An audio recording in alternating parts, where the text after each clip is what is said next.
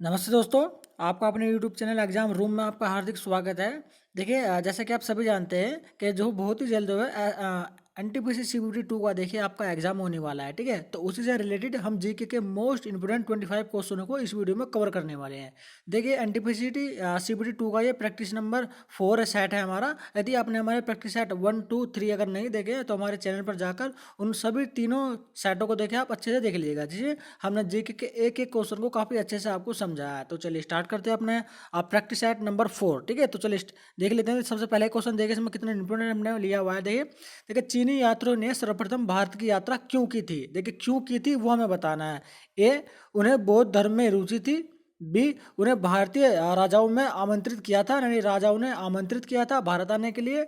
सी, उन्हें भारतीय संस्कृति का अध्ययन करने में रुचि थी। या फिर ऑप्शन नंबर डी, उन्हें भारत में रहने की इच्छा थी। तो यहाँ पर जो हमारा सही आंसर हो जाएगा वो हो जाएगा हमारा ऑप्शन नंबर ए। देखिए, उन्हें बौद्ध धर्म में रुचि थी, इसी वजह से चीनी यात्री जो है भारत में आए थे। ठीक है, तो ए हमारा जो है इसका सही आंसर हो जाएगा। चलिए अगला क्वेश्चन देखते हैं। देखिए, क्वेश्चन नंबर 2 भी देखिए इंपोर्टेंट। देखिए कुषाण वंश के प्रसिद्ध राजा का नाम बताया जाए। कुषाण वंश में जो प्रसिद्ध राजा हुए हैं उनका हमें देखिए नाम बताना है। देखिए, ए कनिष्क, बी पुलकेशिन, सी हर्ष, या फिर डी विक्रमादित्य। देखिए, कुषाण वंश के प्रसिद्ध राजा का हमें नाम बता रहा है, तो हमारा ए जो है बिल्कुल सही हो जाएगा, कनिष्क। ठीक है, देखिए कनिष्क जो है कुषाण वंश से बहुत ही प्रसिद्ध राजा रहे हैं। ठीक है, चलिए अगला क्वेश्चन देखते हैं। क्वेश्चन नंबर 3 देखिए, इंपॉर्टेंट क्वेश्चन है। देखिए इसे देखते हैं। देखिए, इसमें लिखा है कि सिंधु घाटी की सभ्यता के लोग किस देवता की पूजा करते थे? यानी कि सिंधु घाटी की सभ्यता के लोग जो है वो किस देवता की पूजा करते थे, उस देवता का नाम हमें बताना है। और देखिए, ए में लिखा है विष्णु, बी में ब्रह्मा, सी इंद्र, डी पशुपति। तो यहाँ पर जो सही आंसर हो जाएगा देखिए वो हो जाएगा ऑप्शन नंबर डी, बिल्कुल सही। देखिए पशुपति। देखिए, सिंधु घाटी के जो लोग जो है ना पशुपति की पूजा करते थे सिंधु घाटी सभ्यता में। ठीक है, चलिए अगले क्वेश्चन देखते हैं। देखिए क्वेश्चन नंबर 4 देखिए, इंपोर्टेंट क्वेश्चन है। इसमें लिखा है कि निम्नलिखित में से कौन सा अन्न मनुष्य द्वारा सबसे पहले प्रयोग में होने वाला था? देखिए, प्रयोग में होने वाला था। ठीक है, कौन में से कौन सा जो अन्न है वो हमें बताना। देखिए, जौ, जई, गेहूं, या फिर राई। तो इनमें से सही आंसर जो हो जाएगा वो हो जाएगा देखिए ऑप्शन नंबर ए, बिल्कुल सही है हमारा जौ। देखिए, जौ जो है मनुष्य ने सबसे पहले अपने अन्न में प्रयोग करने वाला अन्न था। देखिए, जौ।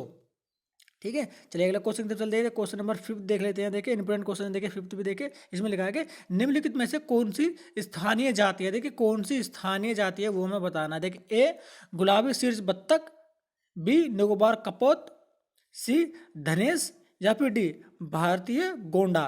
तो देखिए यहाँ पर देखिए स्थानीय जाति की बात की जा रही है, तो इसके आधार पर जो हमारा सही आंसर हो जाएगा वो हो जाएगा हमारा निकोबार कपोत। ठीक है, हमारा बी देखिए बिल्कुल सही आंसर हो जाएगा। चलिए अगले क्वेश्चन की तरफ चलते हैं। क्वेश्चन नंबर 6 देखिए, कवर करते हैं इसे।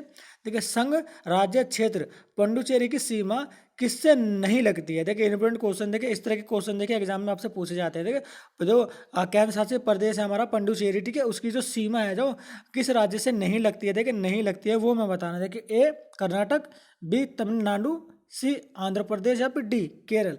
तो किससे नहीं लगती है वो मैं बताना। तो हमारा सी ए बिल्कुल सही हो जाएगा, कर्नाटक। ठीक है, कर्नाटक देखिए पुडुचेरी की सीमा से देखिए नहीं लगता है। ठीक है, देखिए सीमा से रिलेटेड भी देखिए आपसे एग्जाम में देखिए क्वेश्चन पूछे जाते हैं। ठीक है, क्वेश्चन नंबर 7 पढ़ते हैं। देखिए, भारत की जलवायु है, तो भारत की जलवायु कैसी है वो हमें बताना। देखिए, विषुवतीय है, मानसूनी जलवायु है, भूमध्य सागरीय जलवायु है, या फिर महाद्वीपीय जलवायु है। तो यहाँ पर जो हमारा सही आंसर हो जाएगा वो जाएगा हमारा ऑप्शन नंबर बी, बिल्कुल सही, मानसूनी जलवायु। देखिए, भारत की जो जलवायु है ना मानसूनी है। ठीक है, चलिए अगला क्वेश्चन पढ़ते हैं। देखिए, क्वेश्चन नंबर 8 देख रहे पढ़ लेते हैं। निम्न में से कौन सी नदी हिमालय से परे की नदी? देखिए, हिमालय के जो है परे की नदी, हिमालय से बिल्कुल बिल्कुल आगे जाकर निकलती है। ठीक है, वो हमें बताना है। ए गंगा, बी यमुना, सी सतलज, या फिर डी रावी। देखिए, हिमालय के परे की नदी हमें बतानी है, तो इसके आधार पर हमारा सी बिल्कुल सही हो जाएगा, सतलज। ठीक है, सतलज जो है हिमालय से भी आगे से निकलती है। ठीक है, चलिए अगला क्वेश्चन देखते हैं। देखिए, क्वेश्चन नंबर 9। देखिए, भारत का प्रधानमंत्री बनने के लिए अपेक्षित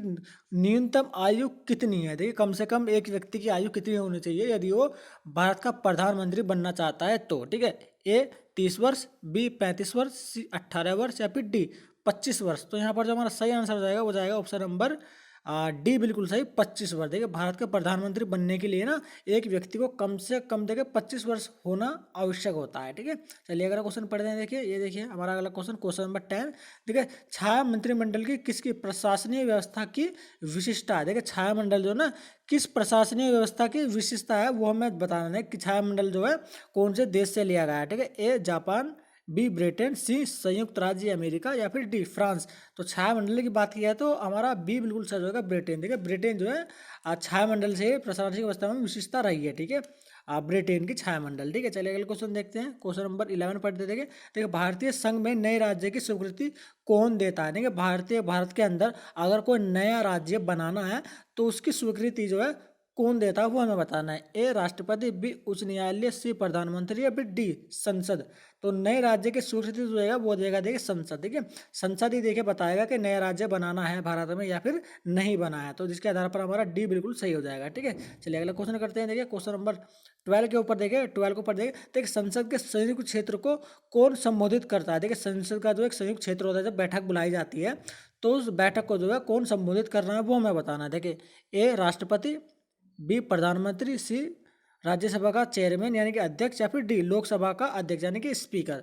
तो कौन संबोधित कर रहा है वो हमें बताना है, तो ए बिल्कुल सही हो जाएगा। संसद की जो संयुक्त बैठक जब बुलाई जाती है ना तो राष्ट्रपति के द्वारा वो संबोधित की जाती है। ठीक है, अगला क्वेश्चन कवर करते हैं। देखिए क्वेश्चन नंबर 13। ठीक है, देखिए एक एक क्वेश्चन देखिए इंपोर्टेंट है एग्जाम की दृष्टि से, तो वीडियो को देखिए बिल्कुल भी स्किप मत कीजिएगा। ठीक है, और यदि आपने हमारे प्रैक्टिस सेट 1, 2, 3 नहीं देखे हैं तो हमारे चैनल पर जाकर उन तीनों सेट को देखिए आप अच्छे से देख लीजिएगा। ठीक है, उनमें भी देखिए एक एक क्वेश्चन बहुत ही इंपॉर्टेंट है।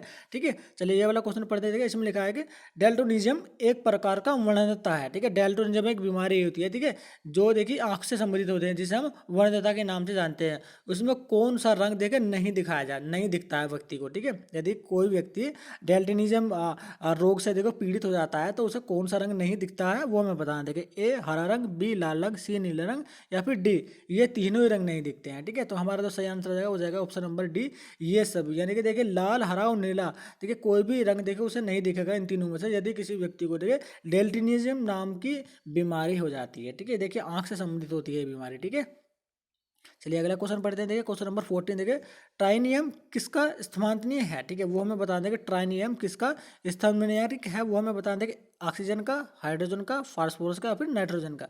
तो हमारा जो सही आंसर हो जाएगा वो जाएगा ऑप्शन नंबर डी बिल्कुल सही। देखिए हाइड्रोजन का, देखिए ट्राइनियम जो है वो हाइड्रोजन का समस्थानिक है। ठीक है, चलिए अगला क्वेश्चन कवर करते हैं। देखिए ये देखिए हमारा अगला क्वेश्चन देखिए। देखिए जितने भी क्वेश्चन देखिए मैं इस वीडियो में पढ़ा रहा हूँ ना, देखिए इन सभी को ना आप एक नोटबुक पर देखिए नोट कर लीजिए। देखिए इसमें देखिए हिस्ट्री से रिलेटेड भी है, ज्योग्राफी से भी है, ठीक है, पॉलिटिकल से भी है, ठीक है, और फिजिक्स से भी है, केमिस्ट्री से भी और बायोलॉजी से भी है। ठीक है, हर एक टॉपिक से देखिए मैंने इस वीडियो में देखिए क्वेश्चन को उठाया हुआ है। ठीक है, तो वीडियो को देखिए, वीडियो को जितने भी क्वेश्चन है सभी को देखिए आप अच्छे से पढ़ लीजिएगा। ठीक है, अगला क्वेश्चन पढ़ते हैं। क्वेश्चन नंबर 15 देखिए। देखिए रेडियो धर्मिता की यूनिट क्या है? ठीक है, रेडियो धर्मिता को मापने की जो यूनिट होती है वो किस में मापी जाती है वो हमें बताना है। ठीक है, ए एंगस्ट्रॉम, बी कैंडलेडा, सी फर्मी या फिर डी क्यूरी। तो देखिए रेडियो में धर्मिता की यूनिट की बात करें तो यूनिट क्या है, तो हमें देखिए क्यूरी हमारा सही आंसर है। ठीक है, रेडियो धर्मिता की जो यूनिट है वो क्यूरी है। ठीक है, क्यूरी में ये देखिए इसे मापा जाता है। ठीक है, चलिए अगला क्वेश्चन कवर करते हैं। क्वेश्चन नंबर 16 देखिए, लेड पेंसिलिन में लेड का प्रतिशत कितना होता है? देखिए लेड पेंसिलिन होती है एक, जिसमें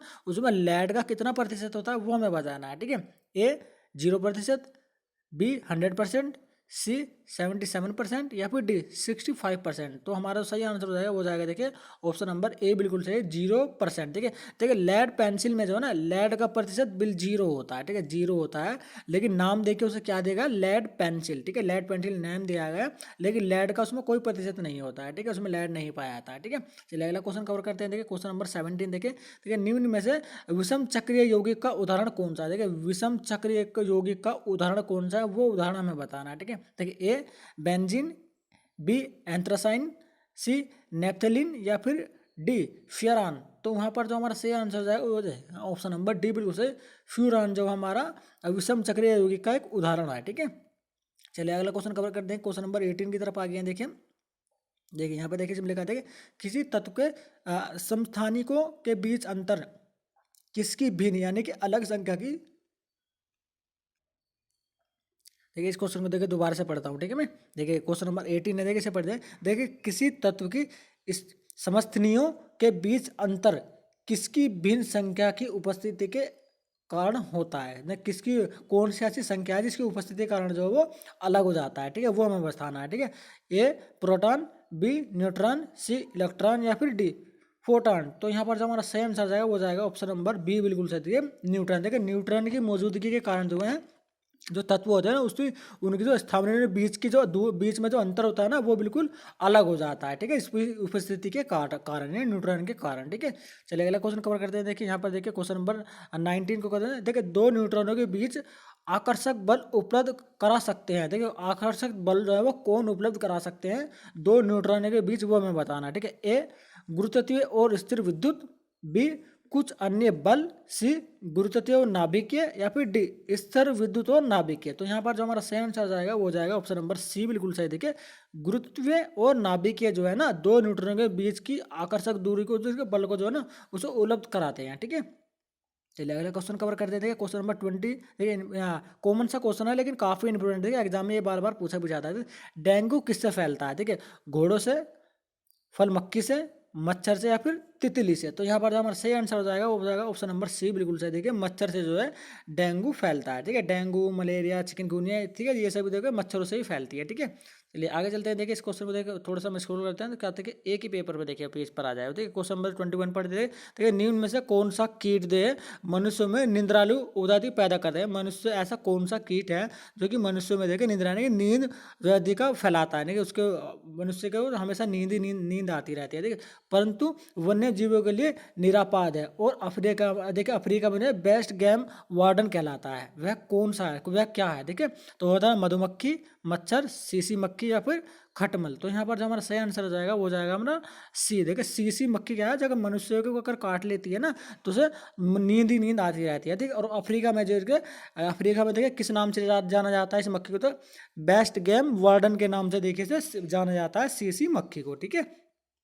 चलिए अगला क्वेश्चन कवर करते हैं। देखिए क्वेश्चन नंबर 22, देखिए क्वेश्चन नंबर 22 को कर देखिए। देखिए काली मौत किसे कहते हैं? देखिए काली मौत जो है किसे कहते हैं वो हमें बताना है। कैंसर को, फ्लैग को, एड्स को, या फिर मलेरिया को। देखिए काली मौत जो कहा जाता है ना फ्लैग को कहा जाता है। फ्लैग रोग जब किसी को हो जाता है तो उसे काली मौत के नाम से देखिए जाना जाता है, यानी कि फ्लैग रोग जो होता है, फ्लैग रोग, ठीक है। चलिए अगला क्वेश्चन होता है 23। देखिए देखिए देखिए अलेक्जेंडर फ्लेमिंग का नाम किस खोज से संबंधित है? देखिए अलेक्जेंडर ने कौन सी खोज की थी जिसलिए ना प्रसिद्धि हासिल हुई है, ठीक है। रुधिर का संचरण, अनुवांशिकता का नियम, ट्यूबरकलर का बेसिलियम, या फिर पेनिसिलिन। तो यहाँ पर जो हमारा सही आंसर हो जाएगा वो जाएगा देखिए ऑप्शन नंबर डी, बिल्कुल सही, पेनिसिलिन। देखिए देखिए एंटीबायोटिक एक मेडिसिन है, देखिए जिसकी खोज जो है ना फ्लेम अलेक्जेंडर ने जो है की थी, ठीक है।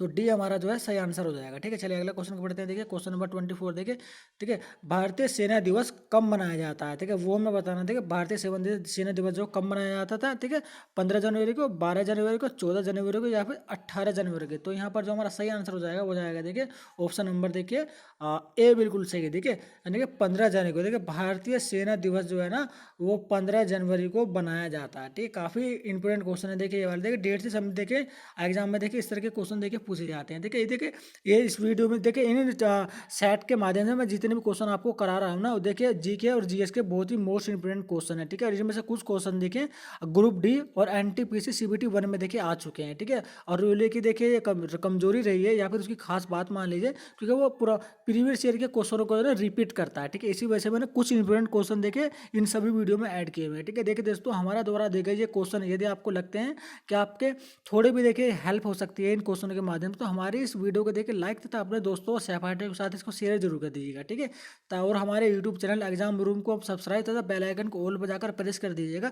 ताकि आने वाले वीडियो का नोटिफिकेशन देखिए आपको सबसे पहले मिल सके। देखिए और एक इन्फॉर्मेशन मैं आपके साथ और शेयर कर देता हूँ। देखिए जब भी कोई देखिए गवर्नमेंट जॉब से रिलेटेड को रिक्रूटमेंट जारी किया जाता है ना तो उसकी इन्फॉर्मेशन में देखिए हम अपने चैनल के माध्यम से सबसे पहले देखिए आपको प्रोवाइड करवा देते हैं, ठीक है। तो हमारे इस यूट्यूब चैनल को सब्सक्राइब तथा बेल आइकन को ऑल बजाकर जरूर प्रेस कर दीजिएगा, ठीक है। तो चलिए चलते हैं, जल्दी मिलते हैं अपनी नेक्स्ट वीडियो में इसी तरह के एक यूनिक क्वेश्चनों के साथ।